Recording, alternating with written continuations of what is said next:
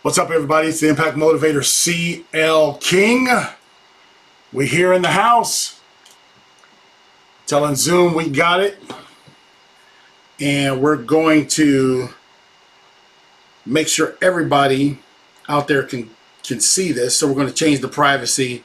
That's something that Zoom defaults to the friends of friends. We're going to make it public so that everybody out there can join in with us at any given time. It doesn't have to be right now. And that's why we don't wait around for begging people to come into the room. We put the content out there and you consume it at your own time.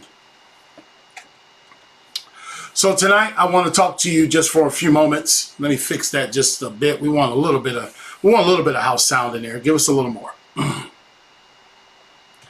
I want to talk to you tonight a bit about the journey that we've been on relative to the Stay Free campaign. Understand this, that Stay Free is a movement that we've created that started in the jail. It actually started in the jail. And I asked one resident, I said, listen, what do you have to do?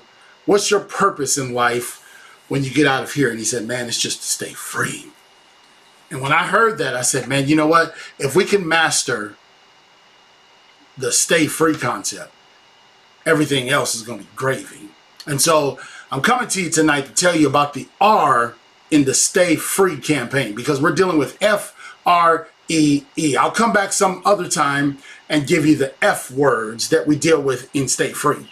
But the R is very important because, listen, it's not just about if you're incarcerated, can you stay free? It's not just about if you have been apprehended by the law enforcement, can you stay free? But the Stay Free movement it transcends so many different dichotomies and so many different areas in life that you don't have to be locked up to understand that it's important that you stay free. The R, the first word that you have to understand and that you have to apply to your life is restoration. Restoration is powerful. Restoration symbolizes something that was of an older state, that was in a state of disrepair. And you took it and you restored it to a value greater than when it was first created. I talked to the gentleman about a 57 Chevy. You know, a 57 Chevy might have been $5,000 to $6,000, $7,000 back when it came out. But today, a 57 Chevy, if you're not taking care of it, it could be worth nothing. And so when people look at restoration, they look at it like, okay, so what does that truly mean? It truly means that you put the effort, energy, and endurance into something and make it more valuable than when it was first created. That's called restoration. Restoration is powerful in the natural. Restoration is powerful in the church. Restoration is powerful in business. Restoration is powerful in life. And when we look at restoration, we understand this one thing, that it takes the value of something that once was and elevates the value to something greater than it ever has been. And so when I talk to people about, you know, the R word, the restorative power, not only of God, but the restorative power of mankind. Every time you take a breath in, that's restoration. Did you know that? Every time you breathe in, you're adding value to your life. And so the first R word that we're going to deal with tonight, I just want to give this out because a lot of people don't get to come behind the scenes and see what we do or hear what we do. It's just because of the time zone that you're in or the life that you're living. You're not waiting for the moment that CL King goes live, and I'm happy about that. That's why I don't expect people when I go live, I don't sit around and wait for them to come on. I'm just like, hey, look, if you come on, great. If you don't, we're still going to put the content out, and you can catch it whenever you catch it. Now, another R word that we talked about is resilience. You know, we got to teach that to this next generation. We got to teach that to our young people. We got to teach that to our kids, that when you fall down, it's not the time to stay down. Falling down doesn't mean you're totally dismembered or you're disenfranchised or you're no longer valuable or you no longer have a purpose. Resilience is, man, when I fall down or when I'm stretched or when I'm expanded, I can come back again. Resilience. See, and that's where sometimes people who have had hiccups in life, whether it be health or wealth or finances or God or whatever the case may be, you sometimes fall or things happen and trauma comes into your life, and resilience is not a word. It's just like I must become victim to my circumstances. And I want you to understand this, that one of the R words that you got to capture in your life is resilience. Understand that resilience is powerful. Resiliency is powerful. Being able to be stretched and pulled and expanded and come back and say, look, I'm here again. Is that the best you've got? Resilience. The next is understanding about reliability. And this is important because when I tell people this about being reliable, I tell them that, listen, there are so many more people depending on you than just you, right? There are so many more people depending on you than just you. I think about just in my circle, my wife, my kids, my grandkids, my friends, my staff, my followers. It extends out to such a wide swath of people that are depending on you. And reliability means that you can show up even when you don't feel like showing up. You have every right to call out sick, but you show up to work because you know the boss needs you, because the other 3 employees have called out sick. Reliability is standing firm when everybody else is throwing in the towel. You're like, no, I'm standing here. I will stand behind my belief and convictions. I'm not going to give in. I'm not going to throw in the towel. That's reliable. Reliability is if you're going to start something, don't quit it after the first 3 times. Do it 100 times and see. Because once you start, we always think about the following, the masses, the people with the numbers, the algorithms, etc. But we forget about that one person in the Philippines that may be downloading your content. And they depend on it. They rely on it week after week. And then when you're here hitting and missing and here, there, a little bit everywhere, and you're never reliable, people will never follow what you're talking about. They'll never believe in what you're saying because you're unreliable. Understand this, ladies and gentlemen, that reliability is powerful. When I go out to that vehicle in the morning and it's cold, I expect it to start. That's reliability. See, an unreliable vehicle is the one that you got to put oil in before you start it. You got to put the coolant in. You got to jerk the battery cable. That you don't know if it's going to start or not. That's unreliable. But what we need in today's society is people who, they don't have to be fancy. They don't have to be extravagant. They don't have to be extracurricular. They don't have to be extraordinary. They just need to be reliable. And when you can find someone who's reliable, oh, how much you can set the cornerstone around that person. And I talk to those men and women who are incarcerated. I tell them that, listen, brother, you've got to be reliable. You get out, you get your freedom, and then you're no longer reliable. We can't find you. We find you down at the crack house. We find you down on the corner with the homies, with the brown bag. We find you somewhere that's going to lead you back to where you came from. That's not reliable, bro. That's not reliability. And see, if we took it in the spirit realm, the Bible says that God yesterday, today, and forever. He's the same. He's reliable. Very predictable. He's the same all the time. The steadfast love of the Lord never ceases. And so why shouldn't humanity strive to be a reliable people? If you're looking for a great R word, reliability is powerful. Look, man, you say, well, I can't find a job. And then you finally get one. Don't complain about the wages. Don't complain about the hours. Don't complain about the uniform. Don't complain about anything. Just show up regularly. You will surpass 60% of the people just by showing up, just by being reliable. Am I talking to you? Yeah, so reliability is a staple of life. I want to talk to you about being able to replace things in your life. Do you know that replacement, that's another R word. Do you know that replacement is actually a thing? Like, not everything that is with you now will be with you 10 years from now. You will have to replace it. You follow what I'm saying? Right? So the art of replacement is powerful. I told the men and women this past week, I said, do you know how quick, what is the quickest time for one of the lakes on earth to replace itself, to get new water in? What's the quickest time? They were giving me like 5 days, 6 days, 7 days, 10 days, 15 days. Do you know it's 36 minutes?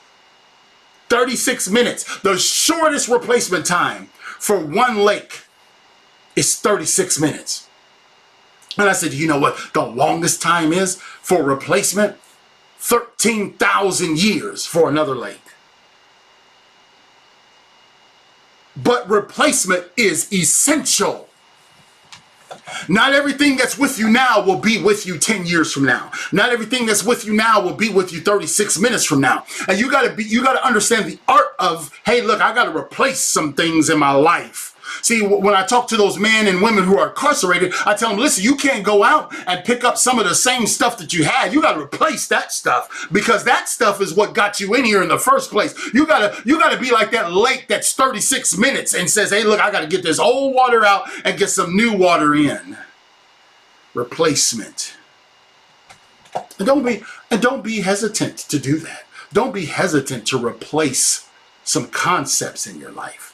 Don't be hesitant to replace some landmarks in your life. Don't be hesitant to replace some people in your life. The people who were my children's godparents years ago are no longer their godparents. I had to replace them. Why? Because the longer you live, the more you find out about people. And I realized I couldn't leave my children to those folks.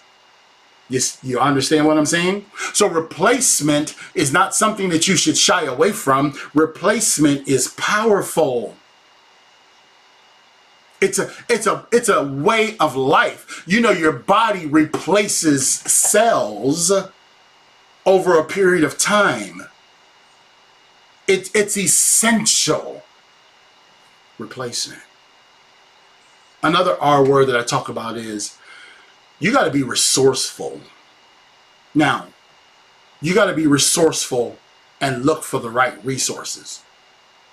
See, because when I talk to the men and women in the jail, this is where this whole keynote speech comes from. I talk to them about, hey, look, you guys were resourceful at getting into things. You were resourceful for finding the latest parties. You were resourceful for finding the latest blow. You were resourceful for finding the latest honey. All of that. You were resourceful. But now, when you get out, you're going to have to be resourceful to maintain your freedom.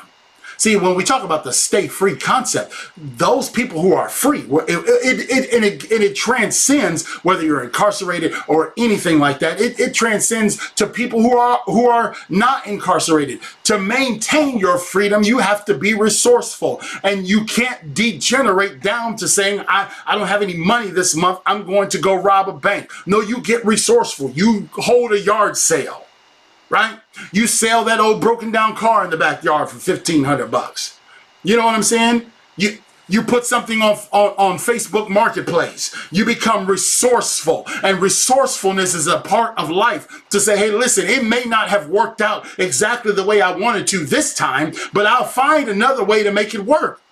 So if they hire you at Walmart and that's not the job you wanted, learn Walmart's system and manage the place.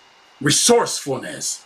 Resourcefulness says, hey, look, I'm not going to allow a block in the road, a dip in the road, a hill or a valley or a crevasse to keep me from going forward or climbing higher. I will find a resource to get to my destination. Resourcefulness is powerful, ladies and gentlemen, and I challenge you tonight. The R words. That's what does the R mean? That's what Gangstar used to say. What does the R mean? Or no, was that Rakim? I think it was Rakim that said, what does the R mean? What does the R mean for you? What are you resourceful? Or is it at the first sign of calamity? Is it the first sign of a roadblock you quit or you give up? Resourcefulness is powerful. Here's one. In this life, whether incarcerated or not, whether a CEO or an entry-level worker, you got to be rational. I was telling a story the other night about how when I was going to visit my homeboy Mike Black, who just published his book, The Journey of One Tortoise, I went to his house. I wanted to see his books, take photos with him, get a signed copy, etc., right? And I was going to a place that I was not familiar with. So when I was coming off the highway, I was trying to check out the landscape on what the on-ramp was going to be. And somebody came behind me very fast and very upset, laid on their horn because I was not going through what was a clear thoroughfare, right? I did not know it. I was looking at the stop signs on each side, making sure I didn't have a stop sign. I didn't want to get ran over. So, you know, he was laying on his horn so much. I said, let me pull over to the side and let this brother go by. I waved at him and said, hey man, bless you. I hope you can get to wherever you're going. Rationale means not thinking or acting immediately off of impulse, because sometimes our impulse reactions get us in trouble. See, I asked them the other night, hey, listen, if I gave you 2 cans of beans, a gallon of water, and a loaf of bread, and I said, I'm coming back in 30 days, would you eat it all right now? No. Why wouldn't you? Because you're coming back in 30 days. I got to make this last. Oh, so you're saying you've got to ration it out. Are you understanding what I'm saying? You gotta so being rational means, hey, look, I don't have to make every decision right now. I don't have to do everything right at this moment. I don't have to respond immediately because I may not have all the information. So let me be rational in my responses. I'm just trying to tell you that being rational is one of the R words. Last time I was with a group of people, I told them about the F words in free. F-R-E-E. It's not up here. It's not on my shirt. It's just here in my mind. So the R in free, one of the words is being rational. And when I talk to people who are incarcerated, I say, hey, listen, when you get out, you're going to have to be rational. You can't just bam, split second. Oh, I got a short temper. This is just the way I'm made. I'm wired this way. No. You're going to have to be rational. You're going to have to measure that personality out. And whether you're incarcerated or not, I think being rational works so much better than being irrational. Sure? I talked about also one of the R words is being right. See, here's the thing. Some people can't never be wrong. So when you hear that, it's like, yeah, I agree with you there. See, I don't believe none of that other stuff you said, but I believe with you about being right. I'm right all the time. No, you ain't. Stop. Listen, that's not what we're talking about in the R words. Here's what the R word about right means. That whatever right is, let me find myself nestled in the pavilion of doing what's right. I don't always have to be right, but help me to be on the side of right. You understand what I'm saying? And sometimes it's those things that are right that we sometimes get kickback from, that we don't like, because it makes us align to maybe a certain schematics that is not within our makeup. And it's like, you know what? Yeah, this is easy, but is it right? This is more profitable, but is it right? This gives me more satisfaction, but is it right? Am I telling the truth? See, and we know that as human beings from coming out of our mother's belly and walking as a toddler around the house, we were taught what was right and wrong. We were taught right is not putting your hand on the stove. Right is not trying to climb up the stairs at 1 year old because you will fall down. Right is not talking to strangers. See, and those things govern us. But as we get older, it's like, no, I'm only interested in me being right. Are you listening to her, brother? No. It's not just about you being right. Because oftentimes we find when we really break out the electron microscope and we really peer down into it, my God, please help me to be right. And not that I have to be right, but let my actions, motives, and judgment be right. One of the last ones that we talk about is, one of the R words is, I love this one. I posted this the other day. Y'all ready? Restraint. This is a powerful word. Restraint. It kind of is a cousin to rational.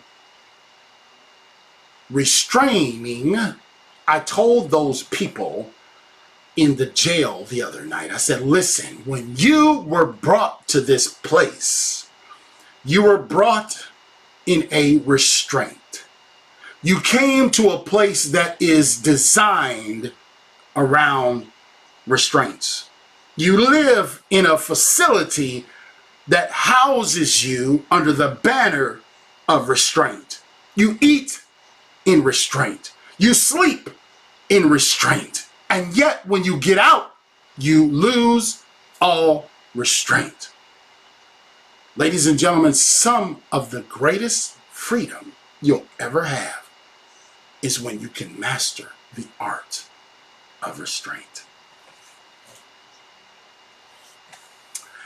I'll smile on that one because it's true. And we have a tendency as human beings to say, let me do it my way. Let me do what feels good. Can I break it down to you?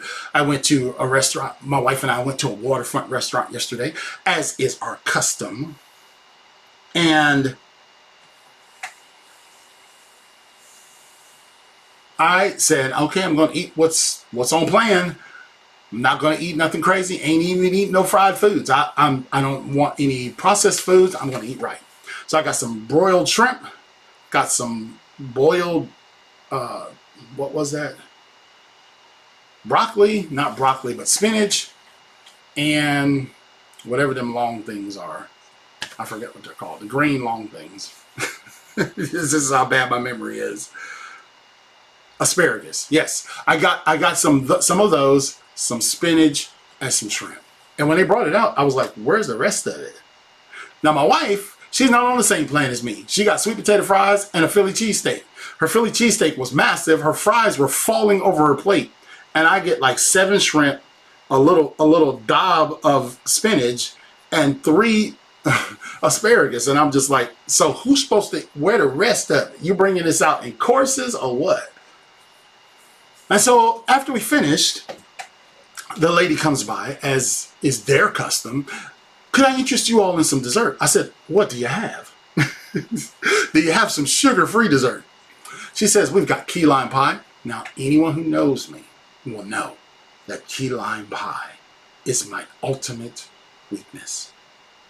Key lime pie ranks up there with heaven on earth.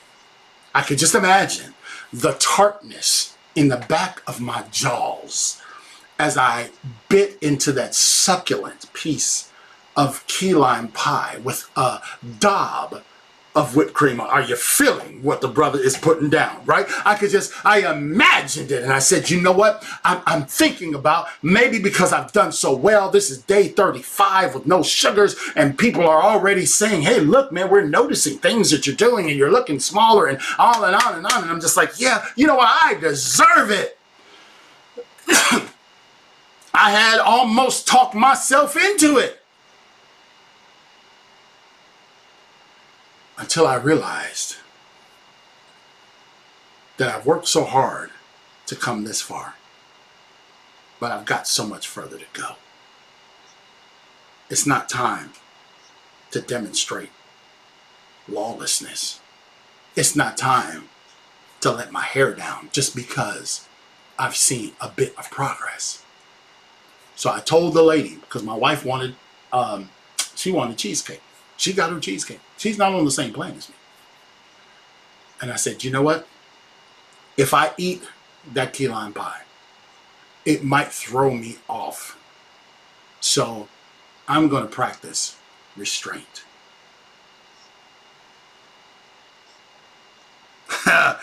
Yeah, I'm with you, Dustin. I want a key lime pie, bite a key lime pie too. And when I said no to that opportunity to say yes, nobody was watching. I wasn't live on Facebook. I still could have eaten that piece and probably walked it off. But restraint became a bedfellow. Restraint became my companion. And if you want to know about one of the most powerful R words there is, restraint is one of them.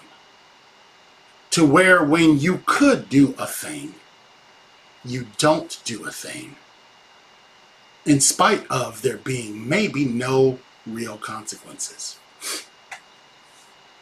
You understand? Restraint says, I see a $20 bill on an office table that is uninhabited. The table is uninhabited, and the $20 bill doesn't seem to belong to nobody. You short on gas for that week. Oh, how that $20, the Lord just bless me. No, the Lord is saying use restraint, because that don't belong to you. How many of us have given in to our otherwise ferocious appetites for something, and then only live in the 24-hour cycle of regret because we had no restraint? See, restraint is not the forcible handcuffs on the people that I talk to in the jail. Restraint is not the cinder block walls that house them behind a steel door those people that I talk to every month. Restraint is not the steel doors on the female block that the females stay in, or the wooden doors at the top that the females stay in. It's not that restraint. Restraint is when you can say no to you and still be okay. Restraint is powerful. And many people struggle with that word, restraint. And I want you to know that those are the R words that we talked about. We talked about them at the Craven County Jail, talked about them in our keynote speech, and we're talking to you tonight. I'm sharing them with you because I just don't want people to think that what we do at the jail is some sort of novelty. We believe that God's going to open up the door for every jail and prison in this state for us to take our Stay Free message to. That's how serious we are about it. And I want you to understand this, that your help is so important to us. We've told you a couple weeks ago about how you can become a sponsor to help us get to more incarcerated facilities. All you got to do is go to clkingspeaker.com. And if you want to become a sponsor and sponsor some of these events, we'd love to have you. It really matters to us, the coalition that we're forming because it's not by some big corporate sponsor that we get to go do this. It is truly by the people who believe in, hey man, we can't go to the jail. We can't go to the prison, but you can. You, for some reason, you seem to want to go. Yeah, I told him that. I said, you know what? I might cancel my 2024 corporate calendar and just come to the jails all the time. And we would love to have you help us do that. So anyway, that's what the R words are. The R words in free. F-R-E-E. Next 2 months, I'll be dealing with the 2 E's of how you stay free. And the thing I love about the Stay Free campaign, it is not just designed for people that are incarcerated. Think about restraint in your life. I bet you that next time you go to get that key lime pie and you over budget on your waistline, you may use a little bit of restraint. See, because we justify ourselves based off of our particular mood. I feel a certain way, so I deserve it. Right? I'm depressed, so restraint is out the window. Hey, let me tell you something. Restraint is something that you need 24/7, 7 days a week. All right, so that's it for us tonight. Ladies and gentlemen, tomorrow night, look for a great interview with my friend Josh. I'm going to put, yeah, CLKingspeaker.com. I will, brother. I'll do that right now just so you can have it. www.CL King Speaker.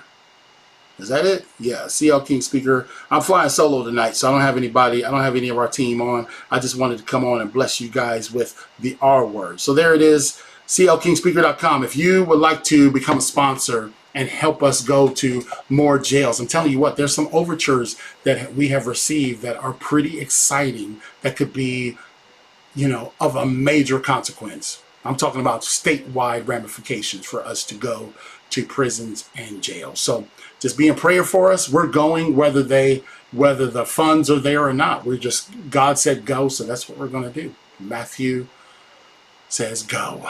Visit me, give me clothes, give me a drink of water, and visit me in prison. So that's what I'm going to do.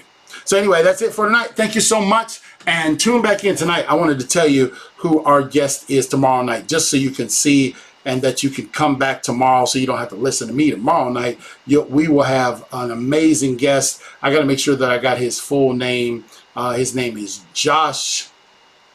And y'all looking at me like, what's the rest of his name? I'm like, well, I got to look it up because I don't hardly remember anything anymore. His name is Josh. Just come back for Josh. Let me tell you something. Josh has experienced so many things in his life. He was incarcerated, and now he has turned his whole life upside down. Professional speaker, master martial artist, business mogul, and his life story is amazing. How many times he was incarcerated, how many times he was thrown in jail, how many times he failed at everything. And God gave him an open door. And when he walked through that last open door, man, it was unbelievable. Tomorrow night, 7 o'clock, right here on Impact Live 24/7. And we look forward to seeing you then. Thank you so much for listening, y'all. Have a good night.